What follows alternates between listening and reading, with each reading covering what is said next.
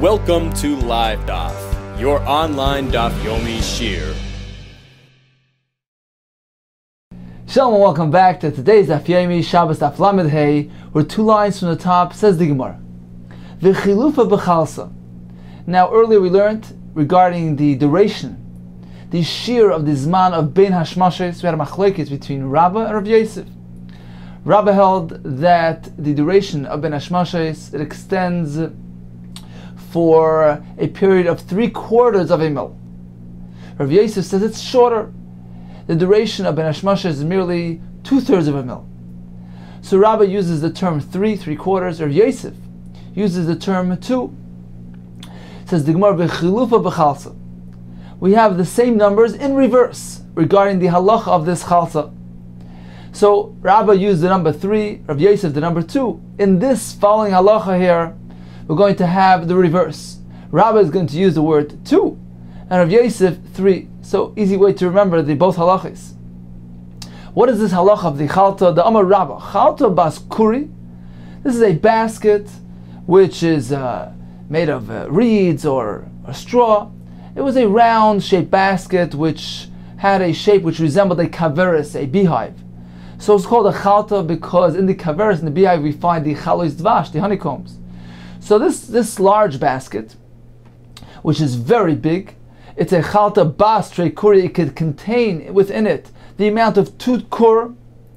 A kur we know is 30 sa, so it's a very large basket. Shari l'tiltula. One may indeed move it on Shabbos. It's not muksa. It has a status, has a din of a kli, even though it's so very large. Ubas losa kuri. However, if it's even bigger than that, it can contain 3 kur. It's too big to consider that kli. It's muksa. It's not meant to be handled on Shabbos.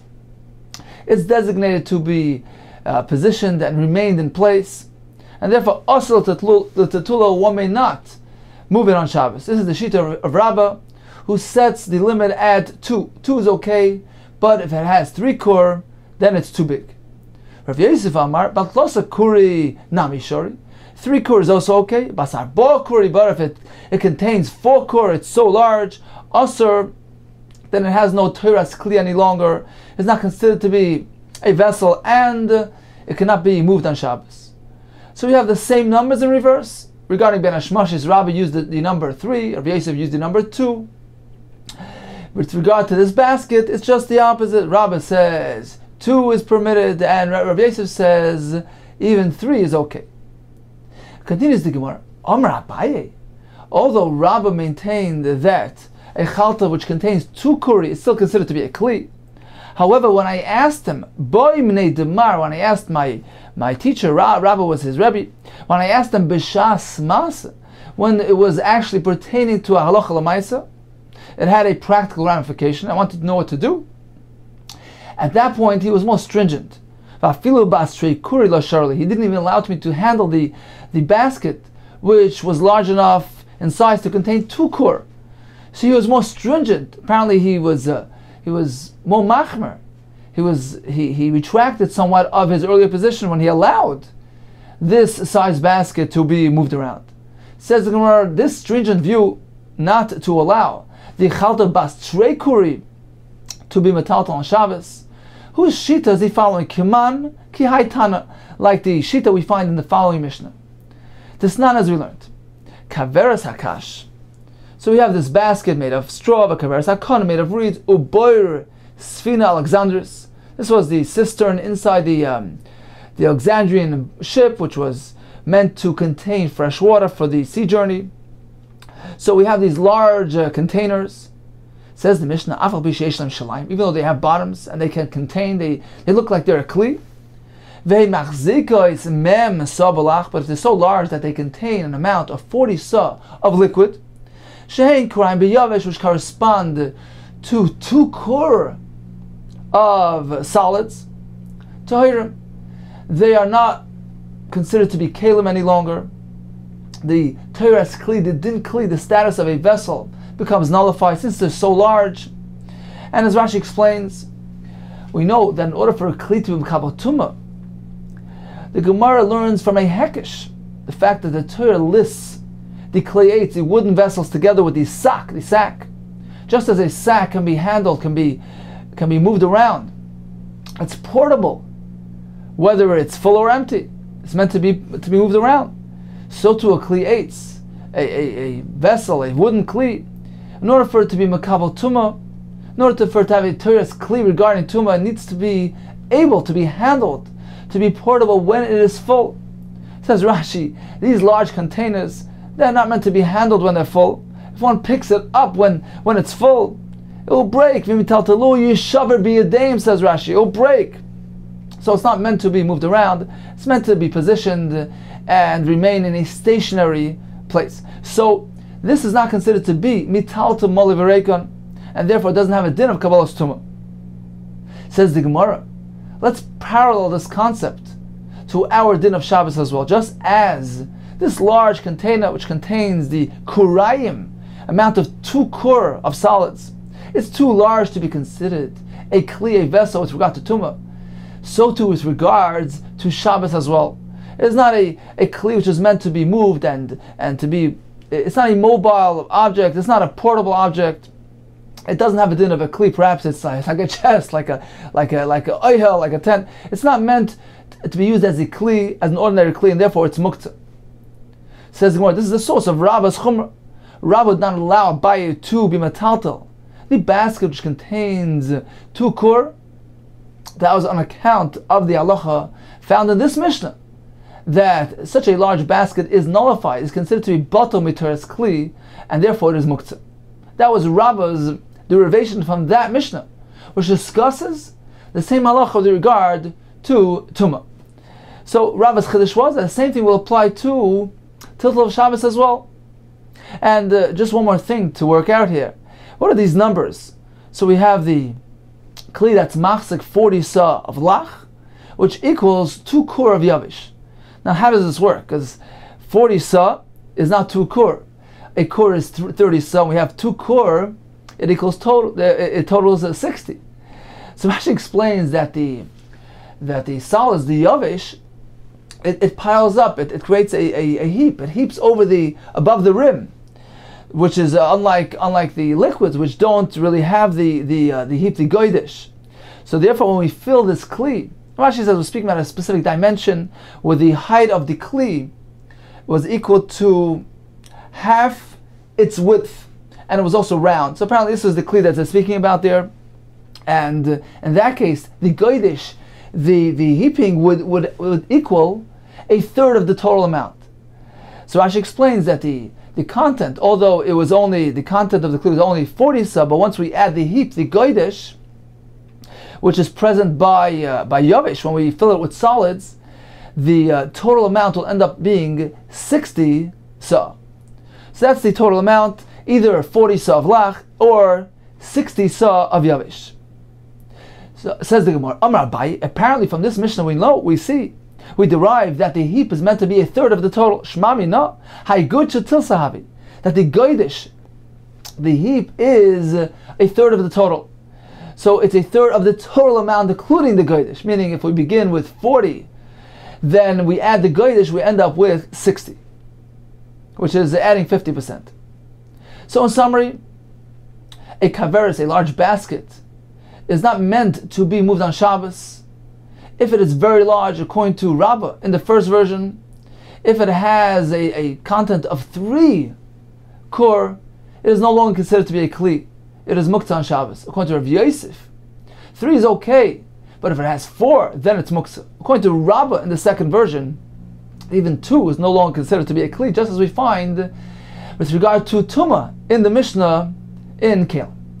Continues the Gemara. Back to the concept of the subject of bein hashmashos. We learned earlier in Daf Lamadal base. It depends on the redness of the horizon.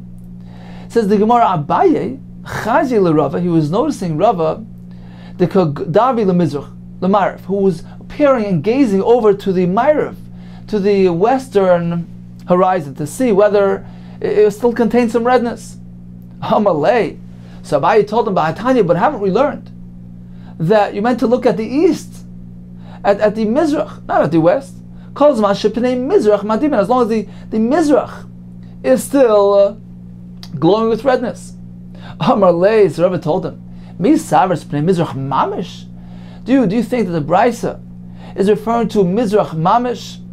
No, it's actually Ma'ariv. Loi, Panim, the horizon, the face that is Ma'adim in Mizrach, that is casting over, the glow over, reflecting over to the Mizrach. So the determinant is actually the Ma'ariv, where the sun sets. And if there's enough redness there to enable a reflection to form over the opposite side of the horizon, over at the eastern side, then that is a benchmark. That is a determination with regard to the status of the day. So rather than look over to the west side to see if it received the glow, if indeed the reflection arrived there, you meant to look at the source of the redness, which is actually the eastern side of the horizon. Now, the Mepharshim explained that it's actually advantageous to look to the Mizrach rather than to the Ma'ariv. Perhaps it's cloudy, perhaps it's something that's obstructing the glow, the reflection from reaching the Mizrach side. So rather than look at the Mizrach, look over to the Ma'ariv. And I guess they knew what level of redness was sufficient to cast a proper glow over to the east side. So that is the benchmark. Continues the Gemara, another version of the story, Iked Amri. Rava was the one who who noticed, saw that that Abaye was looking over to the eastern horizon to check on the redness. Do you think Mizrach is literally east? When we say Pnei Mizrach, we're speaking about the face, the horizon that is going to cast a glow, a redness over to the eastern horizon. And a model for this, a simon for this, is a kafse window. As Rashi explains that the sun, although it's not opposite the window, nevertheless it casts a glow through the window and it reflects over to the opposite wall. So too in our case, even after Shkia, the sun is no longer there, but the glow of the sun, the redness of the sun will carry over and reflect over to the other side, to the opposite side of the horizon, over to the Mizrach, and cast some redness over there. Continues the Gemara, Rabbi Nechemya Omer, what is the duration, what is the zman of Ben Hashmashos? It begins from Shkias HaChama and extends K'dei Sheyahalech Adam Mishatishka Chama Chatzi Mil, as long as it takes for one to walk a half a mil, and according to some Paiskim, this is a shear of 9 minutes. Continues the Gemara, Aram Chanina, Haroitza Leida Shiur Shel Nechemya. If one wants to know the shear of Rabbi Nechemya, when exactly is this time period? This is what he's meant to do. Yaniach Chama B'Rosh HaKarmel. So he's standing on the Mount Carmel. Today it's near Haifa and Eretz Yisrael. So he sees the sun up in the Rosh HaKarmel, above the mountain, and he's meant to go down from that mountain. V'yered v'yitbol yam. So as soon as he sees the sun in that position, go down and immerse yourself in the ocean. V'yal, and come back up. V'zeu shi'uroi sh'Rab Nechemya. And this is the shiur of Nechemya, meaning once you have completed this, you are sure that Ben Hashmashos of Nechemya has concluded. Now it is Vadai Laila. Amar B'chia, Haroitza Liris Be'er Shel Miriam. On a similar note, if one wants to be zeichet and see the Be'er Shel Miriam, the well, the spring of that accompanied Klal Yisrael in the Midbar, which was produced as a result of a schus in the merit of Miriam, as Rashi brings, when Miriam passed away, there was no more water because the Be'er Shel Miriam ceased to be active. So this Be'er Shel Miriam is still in existence today. How can one find it? Very simple. Haroitza Liris Be'er Shel Miriam. This is what he's meant to do. Yala L'Rish HaKarmel, go up to the mountain, the Carmel mountain. V'yitzpeh, and gaze down at the ocean. V'yireh, he'll see, kimin kvara b'yam, something which is reminiscent of a kvara. Rashi says this is a sela ogul, like a round rock that's shaped like a sieve. So we'll see some sort of shape like that, some sort of circle forming in the ocean. V'zui Be'er Shel Miriam, and this is the Be'er Shel Miriam. Continues the Gemara, Amarav, Mayan HaMetaltel Tor. If there's a portable Mayan, a portable spring, portable well, it is still considered to be in the status of a Mayan, and Tor, one can be toivel in this well Rashi says it's not makabel tuma. It's considered to be a bona fide well, even though it seems to be not your typical type of well. Doesn't look like it's connected to the ground. It's portable, and it still has the din of a mayan, and one can immerse in it. The water within it is not considered to be drawn water in a vessel on a kli. It has the din of a spring. V'zeu be'er shel Miriam. Where do we find a model for this type of thing? A portable be'er, a portable mayan. This was the be'er shel Miriam, which traveled with Klal Yisrael in the Midbar. So according to this Gemara, the be'er shel Miriam is to be found in the Mediterranean Sea, in the ocean near the Carmel mountain. There's another medrash which tells us that actually be'er shel Miriam is found in the Yam Kineres near Tveria. In fact, Reb Chaim Vital writes that when he began to learn the secrets of Torah by his Rebbe Arizal, so Arizal took him to Tveria, and he showed him a small boat, and they took a ride on the Kinneret River, lake, and they came to this place opposite the old Beis HaKvaros, he writes. So when we came opposite this Beis HaKvaros, my Rebbe, the Arizal, took a cup of water, filled it, and he told me to have a drink. And through this drink, you will be able to attain this chachma, these secrets of the Torah. And indeed, I drank the water. Chaim Vital writes, I drank it, and from that moment on, I began to attain to delve the plumes of the secrets of the Torah, this chachma, from the Arizal. So, according to his account, the be'er shel Miriam is to be found in the Kinneret. Perhaps there are different parts of be'er shel Miriam which were distributed throughout. Okay, continues the Gemara. Omar b'dam Shmuel. Beis Hashmoshes the bein Hashmoshes of Rabbi Yehuda, Kohanim Tovel Boy. Now we learned earlier that there are various opinions regarding bein Hashmoshes, and the Gemara here presumes that the bein Hashmoshes of Rabbi Yehuda, which stretches for a duration of either 3/4 of a mil, according to Rabbah, 2/3 of a mil, according to Rabbi Yosef. This was before the bein Hashmoshes of Rabbi Yosef. Rabbi Yosef tells us the bein Hashmoshes is clarifying like a batting of an eyelash, a very small moment in time. So the bein Hashmoshes of Rabbi Yosef actually took place after the bein Hashmoshes of Rabbi Yehuda. So first comes the bein Hashmoshes of Rabbi Yehuda, and then afterwards comes the bein Hashmoshes of Rabbi Yosef. Says the Gemara, Amar b'dam Shmuel, bein Hashmoshes of Rabbi Yehuda, Kohanim Tovel Boy. Kohanim who need to immerse themselves in a mikveh and become tar, so they can eat their truma, their kachim, whatever. So they need to be tovel and wait for nightfall, which is Herav Shemesh, which completes their tahara. Now they need to be tovel when? By day, when it's Vada Yom, so that after their tefillah they will experience the nightfall, the Herav Shemesh, which completes their tahara.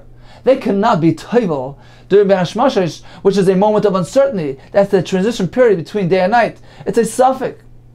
Perhaps it's already Laila, and that will be too late for their tefillah, because their tefillah needs to take place before the onset of nightfall. Says the Gemara, bein Hashmoshes to Rabbi Yehuda. So this long period of bein Hashmoshes, according to Rabbi Yehuda, Kohanim Tovel Boy, it's acceptable for Kohanim to be tovel during that moment. Says the Gemara, how can they be tovel during that period? Laman, according to who are we following? Whose shita are we referring to here? Ilaim le Rabbi Yehuda, are we following Rabbi Yehuda's shita? Sveiku, that zman of bein Hashmoshes is a suffix. It's a period of uncertainty. Perhaps it's already nighttime. It has a din laila, and they can't be tovel, and it's too late for them to be tovel. Then they miss the Herav Shemesh. Says the Gemara, Ella. Rather, he's speaking about bein Hashmoshes to Rabbi Yehuda, lo Rabbi Yossi. That according to Rabbi Yossi, li Rabbi Yossi, you can be tovel during the time period of bein Hashmoshes. Who's bein Hashmoshes? Rabbi Yehuda's bein Hashmoshes. Meaning that according to Rabbi Yossi, bein Hashmoshes only begins later. During this time period of Rabbi Yehuda, the zman that Rabbi Yehuda considers to be bein Hashmoshes, according to Rabbi Yossi, it's Vada Yom, it's broad daylight. And certainly it is suitable for the zman tefillah of Kohanim. So once again, what did Rabbi Yehuda and Shmuel tell us?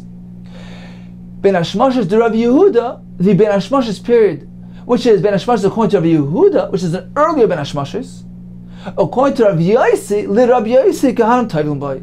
They can be tovel during that moment, which is considered to be day, according to Rabbi Yossi. Says no pshita. That's pasha. That's self-evident. And the Mepharshim explained the Gemara had a Kabbalah tradition that Rabbi Yossi's ben Hashmashes is after Rabbi Yehuda's ben Hashmashes. So, of course, according to Rabbi Yossi, before his own ben Hashmashes, it's still a Yom. Why can't they be toivel during that time? Says Gemara Ma'od Tema, perhaps I would entertain to say as follows: Ben Hashmashes to Rabbi Yossi, although certainly the Rabbi Yehuda's ben Hashmashes begins before Rabbi Yossi ben Hashmashes. However, perhaps the ben Hashmashes to Rabbi Yossi makes shayach Rabbi Yehuda. Perhaps Rabbi Yossi's ben Hashmashes, this hair of ayin, this batting of an eyelash, is connected to the tail end of Rabbi Yehuda's ben Hashmashes. So we begin with the early ben Hashmashes of Rabbi Yehuda, we proceed, and the last moment of that ben Hashmashes it concurs with Rabbi Yossi's ben Hashmashes. So perhaps I would think that no, one cannot be toivel. Even according to Rabbi Yossi, a kohen can't be toivel throughout the entire ben Hashmashes of Rabbi Yehuda, because even Rabbi Yossi agrees that the last moment of that period is the true ben Hashmashes. Therefore, kamash malan, to dispel this notion, Rabbi Yehuda tells us it's not so. Kamash malan, he teaches us, he informs us that Rabbi Yossi's ben Hashmashes begins after the conclusion of the entire period of Rabbi Yehuda's ben Hashmashes. Kamash malan, the shalim ben Hashmashes of Rabbi Yehuda. First, ben Hashmashes of Rabbi Yehuda completes the hadar maschel ben Hashmashes to Rabbi Yossi, and only afterwards does the second ben Hashmashes begin. So according to Rabbi Yossi, one indeed may be toivel throughout the entire period of Rabbi Yehuda's ben Hashmashes, because according to him it's Yom. His ben Hashmashes only begins after Rabbi Yehuda's ben Hashmashes. And according to Tosfos and Amud Beis, there was actually a time period that separated between Rabbi Yehuda's early ben Hashmashes, the conclusion of Rabbi Yehuda's ben Hashmashes, and the onset of Rabbi Yossi's ben Hashmashes. So in conclusion, we have two shittas here regarding ben Hashmashes. Rabbi Yehuda is the earlier shita. Rabbi Yossi is the later shita. Rabbi Yehuda, in the name of Shmuel, teaches us that Rabbi Yossi's ben Hashmashes begins only after the conclusion of the entire period of Rabbi Yehuda's ben Hashmashes. Therefore, according to Rabbi Yossi, a kohen may indeed be toivel throughout the entire ben Hashmashes of Rabbi Yehuda, which according to Rabbi Yossi is considered to be perfectly Yom, has a din of a day. Continues the Gemara. Omar Rabba bar Bachana Rav Yechanan. So, whose shita does the halacha paskin like? Who do we rule like? Says the Gemara, halacha Rabbi Yehuda in Shabbos. We follow Rabbi Yehuda's ben Hashmashes. Rabbi Yehuda is the earlier ben Hashmashes. We follow that opinion with regard to Shabbos. So apparently we're going the Chumrah here. We are following a Chumrah approach, a stringent approach. Since we're uncertain as to the precise moment of Ben Hashmashes, we will follow Rabbi Yehuda's Shita L'Chumrah, as Rashi explains, that regarding Shabbos, on Erev Shabbos, one must refrain from doing Malacha as soon as the first Ben Hashmashes arrives. Because we are Choshesh, we're concerned perhaps it's the onset of Shabbos. Ben Hashmashes could be Laila, it's already Shabbos, so one must stop doing Malacha as soon as Rabbi Yehuda's Ben Hashmashes approaches. Similarly, regarding Matzah Shabbos, one must be machmer. One cannot begin doing malacha only after Rabbi Yossi's ben Hashmashes was concluded. So we are grabbing the rope on both sides. We're taking the early ben Hashmashes and the later ben Hashmashes and applying them both l'chumrah. Once again, halach Rabbi Yehuda l'nin Shabbos. So with regard to Erev Shabbos, one must refrain from doing malacha as soon as Rabbi Yehuda's ben Hashmashes approaches, the first ben Hashmashes. With regard to Truma, we follow the sheet of Rabbi Yossi, that we assume that the second ben Hashmashes is the correct one. Says Gemara, 1 second, what do you mean to say? We understand the first portion of your statement, so we follow Rabbi Yehuda's ben Hashmashes, the first ben Hashmashes, l'chumrah, with regard to chumrah. So once again, on Erev Shabbos, one must stop doing malacha as soon as the first ben Hashmashes arrives. What do you mean to say that we follow Rav Yossi's ben Hashmash, the second ben Hashmash with regard to Tumah? What do you mean to say? Ilaim Litvila, that with regard to a kohen who needs to be toil from his tumah in order to enable him to eat truma. So you hold that the Ben Hashmashos is Rabbi Yossi's Ben Hashmashos. We follow Rabbi Yossi's opinion, and as we said earlier, according to Rabbi Yossi, a kohen can be toil throughout the first Ben Hashmashos, the Ben Hashmashos of Rabbi Yehuda, because according to Rabbi Yossi, it's too early. That's still Yom. Is that what you mean to say? Ilaim Litvila, that we follow Rabbi Yossi's opinion with regard to Tefillah, we enable the kohen to be toil during the first Ben Hashmashos, because it's not yet Rabbi Yossi's Ben Hashmashos. It says more Sveiki. It's an uncertainty. Apparently, this ruling of Rabbi Yochanan that we pass on like Rabbi Yehuda l'chumra, this indicates to us, this shows to us that he's being machmir, that he has a suffix, he has an uncertainty, and we are not sure which shita to follow.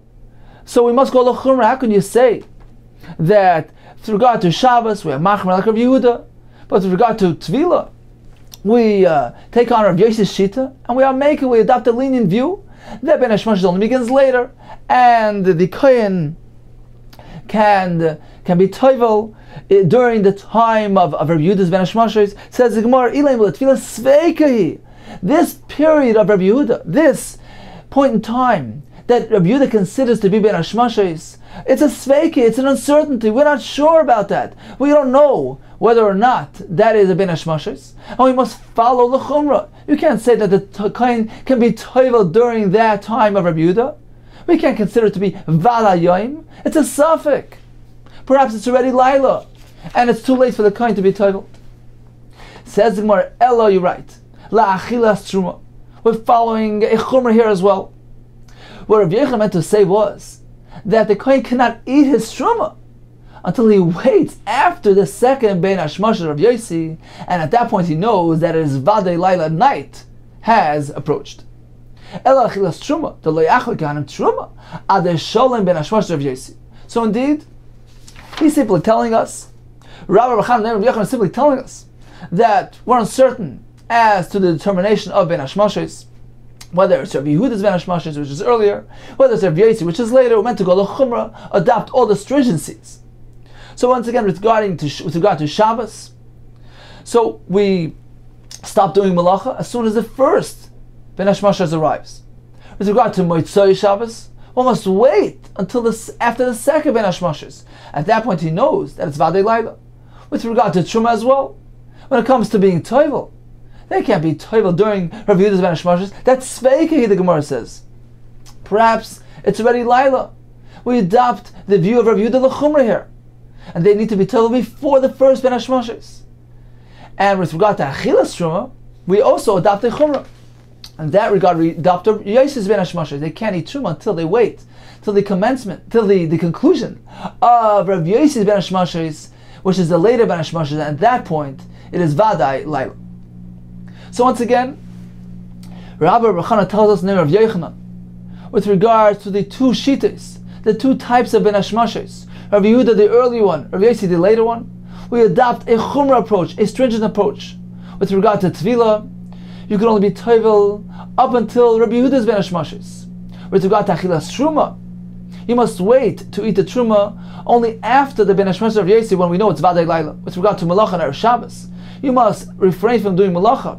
You must stop Malacha as soon as Rabbi Yehuda's Ben Hashmashos arrives. And on Motzei Shabbos, you cannot begin Malacha unless you wait until the conclusion of the second Ben Hashmashos of Rabbi Yossi's Ben Hashmashos. Continues the Gemara. So we have descriptions about Ben Hashmashos, 2/3 of a mil, 3/4 of a mil, etc. We have another benchmark, another indication. It is dependent on the stars. Once one star is visible in the sky, Yom, it's still day. Shnayim, if he already sees two Ben Hashmashos, this is an indication of the transition period of the Ben Hashmashos. Shloisha, he sees 3 stars, Laila, that's an indication of Vadai Laila, it is night. Tani HaMe'achi, with the Bryce in support of this, he sees merely 1 star, it's still considered to be Yom. Shnayim, 2 stars, Ben Hashmashos. Shloisha, he already sees three.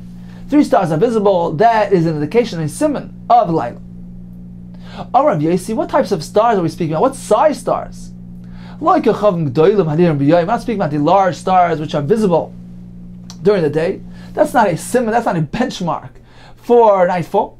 Nor are we speaking about these small stars that can only be visible, that only are visible middle of the night, late at night. Hello, we're speaking about the medium-sized stars, Beinoinim, the medium-sized stars that are only visible once it starts getting dark. So they are a true indication of nightfall. And regarding those stars, those Beinoinim, those medium-sized stars, the Brisa tells us that when one becomes visible, it's not yet an indication of anything. 2 are a simon of Ben Hashmashis, and 3 are a simon of Laila. So the Farshim explain, why does the Gemara need to give us two methods, 2 formulas to determine the zmanim of Yoim, Ben Hashmashis, and Laila. So the Farshim say that for some people it's easier to gaze at the stars. They are proficient at stargazing, and the Kechavim are their formula to be used. For some people, the time frame mentioned the Gemara earlier, they have an easier time working with that formula of the zmanim, of the times, which are not dependent on the Kechavim. So the Gemara provides 2 different separate independent benchmarks, which are indicative of these various zmanim of Yoim, Ben Hashmashis, and Laila. Continues the Gemara. Amar Rav Yosi bar Zvida. Now we know that Ben Hashmashis is a suffix, it's a period of uncertainty. The Gemara told us there are actually 3 possibilities. The Ben Hashmashis can have a din of Yoim. The Ben Hashmashis perhaps is part of the following night. It's considered to be Laila, or it's a combination of both. Says the Gemara. So if one does a melacha on Ben Hashmashis, it's Friday night, Ben Hashmashis, he does a melacha. He's not chayiv chatas. Why? Because perhaps Ben Hashmashis is still Yom, it's still Erev Shabbos, and the melacha was not performed on Shabbos. On the same token, on Matzah Shabbos Ben Hashmashis, if one does a melacha, he too is not liable. Why? Because perhaps Ben Hashmashis is Laila, it's already Matzah Shabbos. He has not performed the melacha on Shabbos. What about in the following case? Says the Gemara, Amar Beis Razida, Ha'oisa melacha b'shnei Ben Hashmashis. So he performs the melacha throughout the entire Ben Hashmashis, 2 consecutive Ben Hashmashis, Friday night and Matzah Shabbos. In this case, says the Gemara, chayav chatas mimanavshach. He needs to bring a chatas regardless. Either way, mimanavshach. Why? Because he certainly did a melacha on Shabbos. Because any way you pull the string, he did a melacha. Since he did a melacha on both, during both periods, Erev Shabbos and Matzah Shabbos, let's figure it out. So if Ben Hashmashis has the din of Yom, so the Friday night Ben Hashmashis was Yom, was Erev Shabbos. The melacha there was fine. But according to this, the Ben Hashmashis performed on the following Ben Hashmashis, on Matzah Shabbos, that was also Yom. The melacha was on Shabbos. On the flip side, if Ben Hashmashis is Laila, then the second Ben Hashmashis was already Matzah Shabbos. That was not a melacha on Shabbos. However, the first Ben Hashmashis, Friday night, that was considered to be Shabbos. Ben Hashmashis is Laila, and therefore the melacha performed there was on Shabbos itself. And as Rashi points out, he did the melacha throughout the entire period of Ben Hashmashis. So we must apply this formula consistently to both Ben Hashmashis. In both cases, either the melacha was performed entirely by day or at night. Continues the Gemara. So Rav informed his servant. You know, we have different benchmarks, different indications, simanim for the period of Yom, Laila, Ben Hashmashis, and Laila. But you, Atun, you, you're not proficient with those benchmarks provided by the Rabbanon. So how are you going to know when it's time to light your Ner Shabbos, when it's getting close to darkness? When you see the sun up on the top of the palm trees, don't take any chances. It's getting late enough. Atlu shraga, go light your Ner Shabbos. What are you meant to do on a cloudy day when you don't see the sun? B'masa, if you're in the city, you have a simon as follows. You see the hens which are sitting on the beams. that's an indication of the end of the day nearing. Bedabra, out in the field, or you'll see the ravens gathering, sitting on the tree branches. That's a siman that night is approaching. Inami, or another indication, will be from the plant. Adani, this type of plant, Rashi says it's called malva. So this plant was unique, that its leaves, they lean towards the sun. In the morning they were kafuf, they lean towards east. During midday they would position themselves erect, straight up. And la'erev, towards evening, they were kfufim ma'oid lamar, Rashi says. They lean very much towards the west. So when you see that the plant is leaning to the west, go light your Erev Shabbos. Continues the Gemara Tanur Rabbanan on a brayso. So there's a din that we're meant to announce the upcoming, the commencement of Shabbos, meant to inform everybody by sounding some type of warning alarm, that everybody is meant to know that Shabbos is coming and refrain from doing malacha, get ready for Shabbos. Tanur Rabbanan sheish tkiyos toiken Erev Shabbos. 6 blows, 6 tkiyos, they would blow with the shofar on Erev Shabbos to inform the public regarding the upcoming Shabbos, the onset of Shabbos. Rashi says that the 6 were actually a combination of Tkiya and Trua. So it was Tkiya, Trua, Tkiya, Tkiya, Trua, Tkiya, for a total of 6. Why 6? Explains the brayso. Rishona, the first one, was meant to send a message, a signal. It's meant to tell the people in the fields that were laboring out there, you meant to cease your labor, so meant to give them a little extra time to make it back into the city. So the first warning sign was for them. Shnia, the second sound, was lahavtil ear, to inform the people in the city to cease doing malacha, v'chanuyos, and to close up their shops. Shlishis, the third tkiyah, was lahadlikas haner, was a simon to go ahead and light Erev Shabbos. Dear Reb Nosson. Rabbi Yehuda Nasi Aimer, no, the Shlishis was actually a siman lachlas tefillin, to tell people to remove the tefillin, since tefillin is not meant to be worn on Shabbos. And as Rashi explains, according to this sheet of Rabbi Yehuda Nasi, the fourth tkiyah was actually an indication, a siman, for Ner Shabbos. Continues the brayso. So after the third tkiyah, they allowed some time for last minute chores to be completed.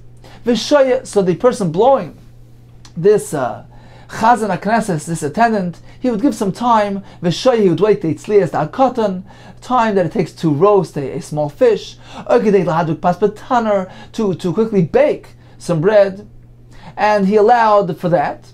And then he would conclude the sequence of tkiyos, v'toikeya, u'meiriya, v'toikeya, he would do a tkiyah, trua, and a tkiyah, v'shoyvis. And this would be the point in time where everybody would accept Shabbos upon themselves. Okay, so we have a total of 6. Omar of Shem Gamliel, Manaslam Bavli. What are we going to do for these people? To these people in Bavel who do things a bit differently. Shetoikin umerian. They do a tkiyah and a trua. V'shoysim etech merian. And they rest. They begin their Shabbos from the trua. They don't commence Shabbos from a tkiyah like we do, rather from a trua. Says in 1 second. Toikin merian. They only did the tkiyah and trua in the second set. Havla chamisha. So they only have a total of 5. Want to have 6, because if they did the first 3, and then in the second set they merely did the tkiyah and the trua, and then they were ready shabbos, they only have a total of 5 and not 6. Ella, rather, this is what they did. Shetoikin. So regarding the second set, instead of doing tkiyah, trua, tkiyah, they did as follows. Toikin. So they first did the tkiyah, v'toikin, and they repeated another tkiyah. Omerian, and then a trua, and they accepted Shabbos upon themselves from the trua. So they do tkiyah, trua, which is unlike the brayso, unlike the way it's supposed to be done. So what should we do to them? Concludes the Gemara, it's okay, they are following the custom of their fathers.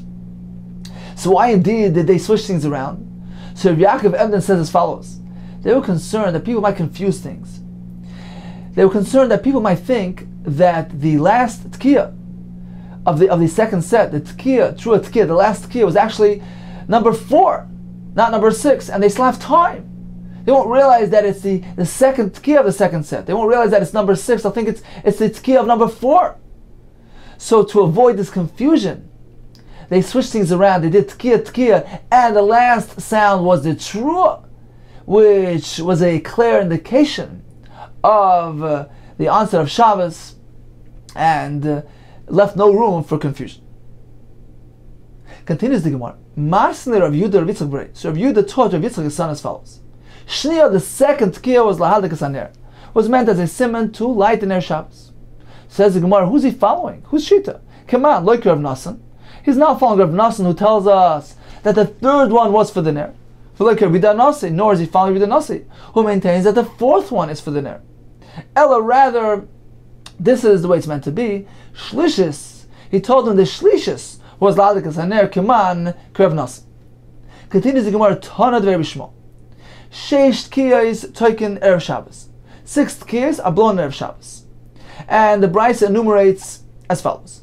Hiskilit Kayat Kirishayna. So the first Tkiya was Nimnu, was for the purpose of Nimnu or Oim de Masada. As soon as the first one was blown, the people out in the fields refrained, that they ceased. Milader, from digging, Malachish from plowing, Malasus kom Malachsh Besades, and from performing the Malachis in the fields. So they gave them that extra time to make their way back to the city. However, the ones that are close to the city, so we have people in the Sades further away, we have people in the Sades closer to the city, they're not meant to enter the city, they're meant to wait until everybody comes and joins together. The ones that are closer to the city are not meant to come and enter the city until the ones that were further away come and arrive and join them, and they come in together as a group in unison. Why? Explains Rashi. Because if the closer people will enter first, and only then the other ones will arrive, people will say, well, apparently the other ones performed malacha after the blowing of the shofar. They didn't comply with this takana. That's why they're coming so late. So to avoid this misconception, everybody waited and gathered together as a group and came in together. So this was as a result of the first Tkiya. So it was directed to the people out in the fields. Va'adayin, and still we have the chanuyas psuchais, the shops open, utris monachin, and the platforms which displayed the goods was still standing, was still lying there. Hischil itkoet kishnia. But once they begin blowing the second Tkiya, that was meant as a signal for the people in the city. Nistalkat treisen. So these platforms were removed, were replaced back in their position, back in the store. And the shops were shuttered. But still, we still have the hot water sitting on the stove. And the pot with the pots with the food are still sitting on the kira. Once he begins blowing the third one, silika masalik. So they remove the food from the oven, from the stove, the food that was going to be used that night. And they insulated, they covered over the food which was designated for tomorrow. And they began to light the Ner Shabbos. However, they still allowed for some malacha, for some last minute chores to be completed, and the chazan waited as long as it takes to roast a small fish, to bake the dough, and then he concluded his set. This was the final warning sign, the last Tkiya, truant Tkiya, which was meant to be the time of Shvisa, to accept upon oneself the Kedushas HaShabbos. So in summary, we learned about the 6 Tkiyas that they blow on Erev Shabbos.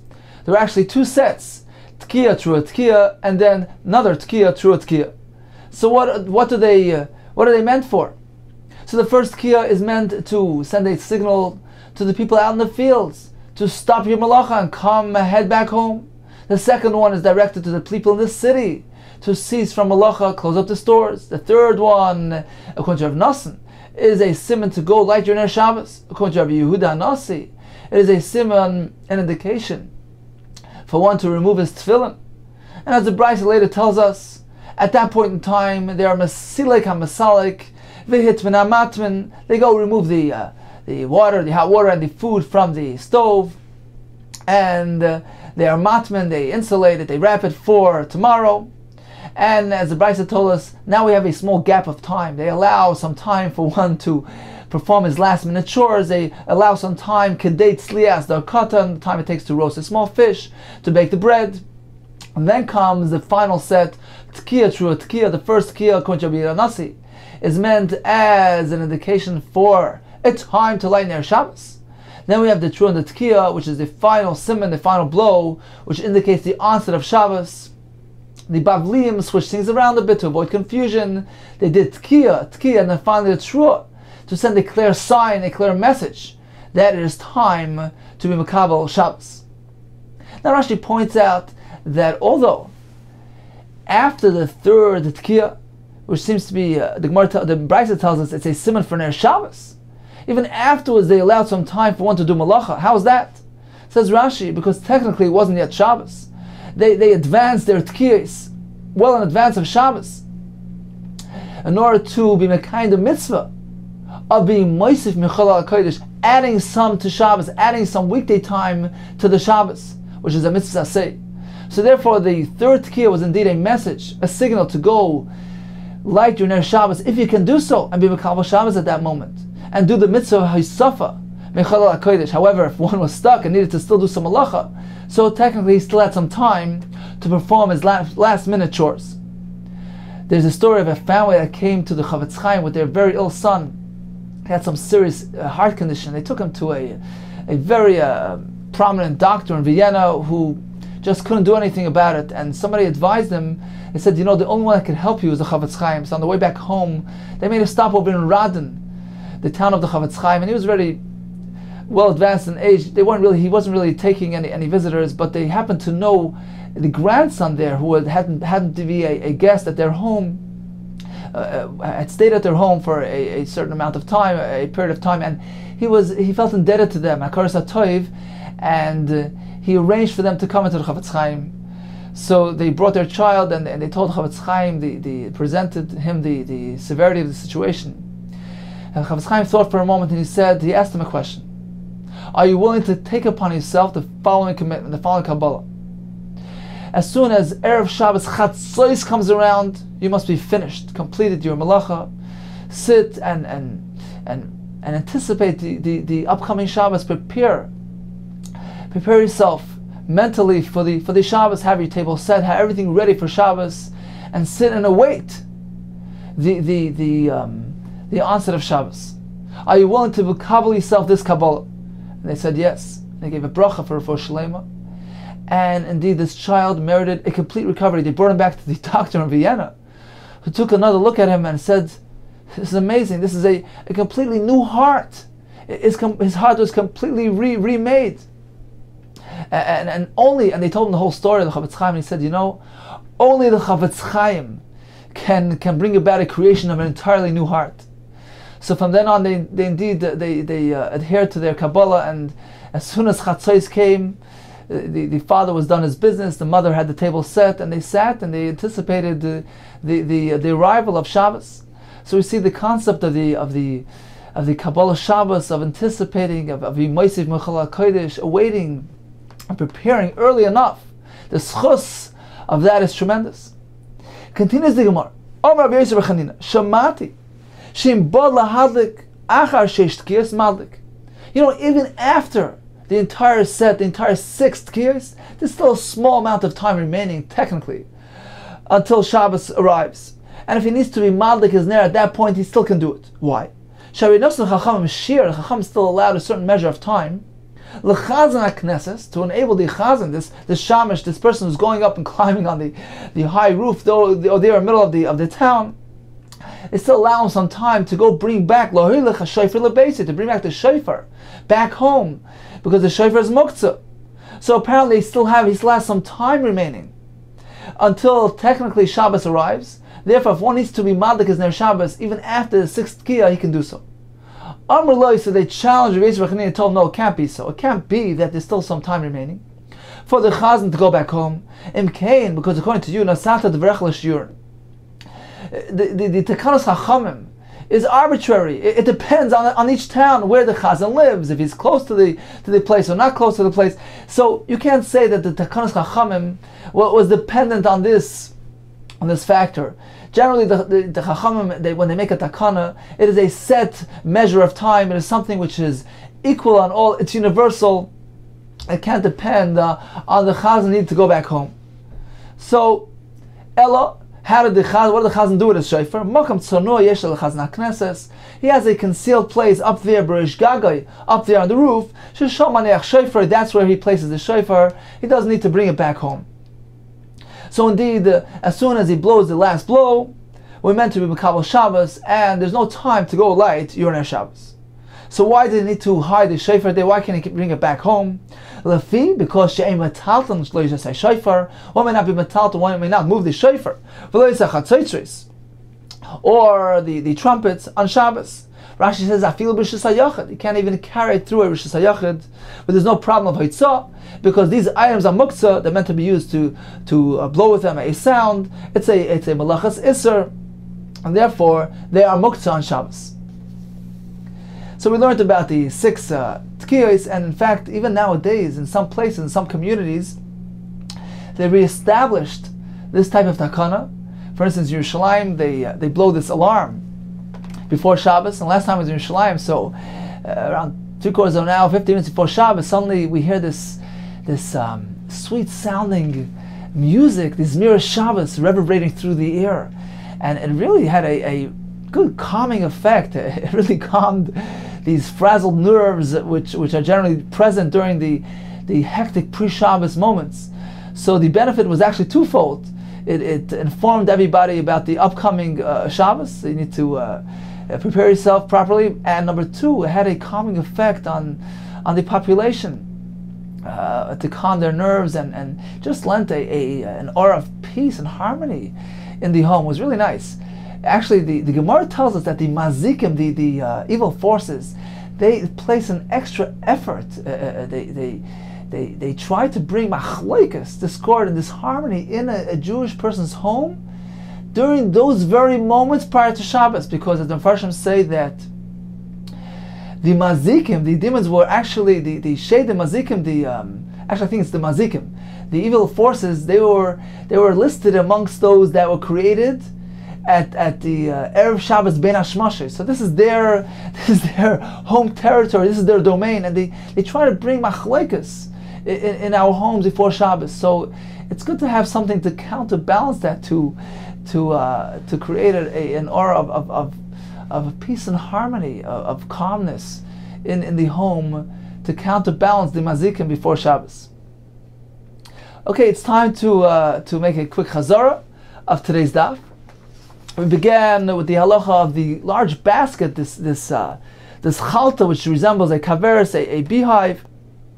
Since it's very big in size, and it doesn't have a teres kli any longer, it's considered to be no longer a kli, a vessel which can be moved on Shabbos. It's meant to be stationed, positioned in a stationary position, and therefore it is muktzah on Shabbos. Now, what is the size of this kaveris, of this chalta, of this basket, which prohibits its tiltal on Shabbos? We have 3 shittas. Rabbah tells us that if it can contain 3 kur, that's too big. According to Rav Yosef, 4 is already too big. According to the second version of Rabbah and the Gemara, even 2 is considered to be no more a kli with regard to muktzah. As we know, the same halacha with regard to tumah on Shabbos. With regard to halachas tumah, that a basket, a container which contains 2 kur, 60 sa, is no longer considered to be a din kli with regard to kabbalas tumah. So Rava draws a parallel from one din to the other. We continue regarding the Be'er Shel Miriam, which is found near the Har Carmel, and the Gemara continued that, according to Rav Yossi, the Ben Hashmashas is after the Ben Hashmashas of Yehuda, and therefore, according to Rav Yossi, one may be toivel, the kohen may immerse on a mikvah during the time frame of Rav Yehuda's Ben Hashmashas, which according to Rav Yossi is too early. It's not Ben Hashmashas yet, it's considered to be Vada Yom, and it is appropriate, suitable time for the kohen to be toivel. And after he finishes his tefillah, he will have Erev Shemesh, he will experience nightfall. according to Rav Yossi. The Gemara told us, halacha l'maisa, we're meant to follow a chumrah, we're meant to follow a stringent view, a stringent path, and adopt both shitas l'chumrah.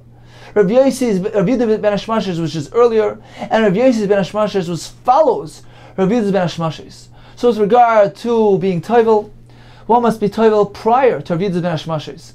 At that point we know it's Vad HaYom. With regard to Achilas Truma, after they're toivel and they wait for nightfall, they must wait until the conclusion of the second ben Hashmashes. At that point we know it's Vad Laila and they may eat the Truma. With regard to Malacha, so on Erev Shabbos, one must refrain from doing Malacha as soon as Rav Yehuda's ben Hashmashes approaches. On Motzei Shabbos, one must wait for the conclusion of Rav Yossi's ben Hashmashes when we know it's Vad Laila and Malacha is permitted.